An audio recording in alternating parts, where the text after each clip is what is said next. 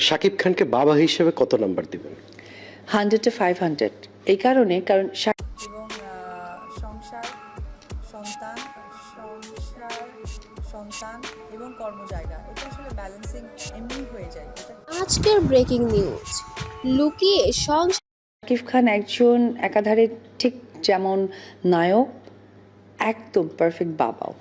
করছি সাকিব আমাকে ডায়মন্ড উপহার দেয়। দেখুন একই বলছে ঢালিউড কুইন অপু বিশ্বাস।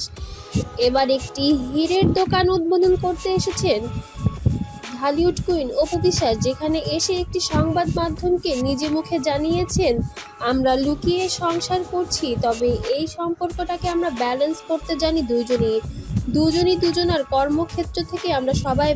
শাকিব খান অপু বিশ্বাসকে নিয়ে এরকম কোনো লগ্নি গল্প বা ডিরেক্টর তৈরি হয় ব্যস্ত, তারপরও সন্তানকে যথাসময়ে আমরা সময় দেওয়ার চেষ্টা করি এবং আমরা দুজন ভাগ করে নিই।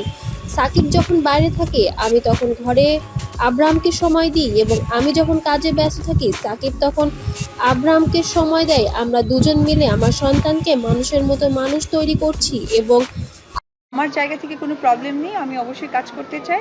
এখন বাকিটা আসলে গল্প বা সব কিছুর উপরে নির্ভর করবে। আমরা দুজন যথাসাধ্য চেষ্টা করছি বাবা মা হিসেবে সন্তানকে সঠিক সময়টুকু দেওয়ার জন্য।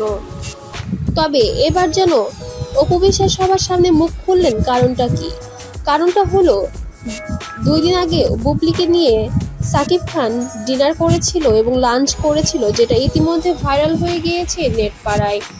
যেটি দেখার কারণে এখন অপু বিশ্বাসও যেন আর চুপ থাকতে রাজি নয়, সবকিছু সবার সামনে উপস্থাপন করেই দিল এবার। তবে সাকিব খান কি এবার ক্ষিপ্ত হবে অপু বিশ্বাসের প্রতি? অবশ্যই আপনারা কমেন্ট বক্সে জানাবেন আপনার মূল্যবান বক্তব্যটি।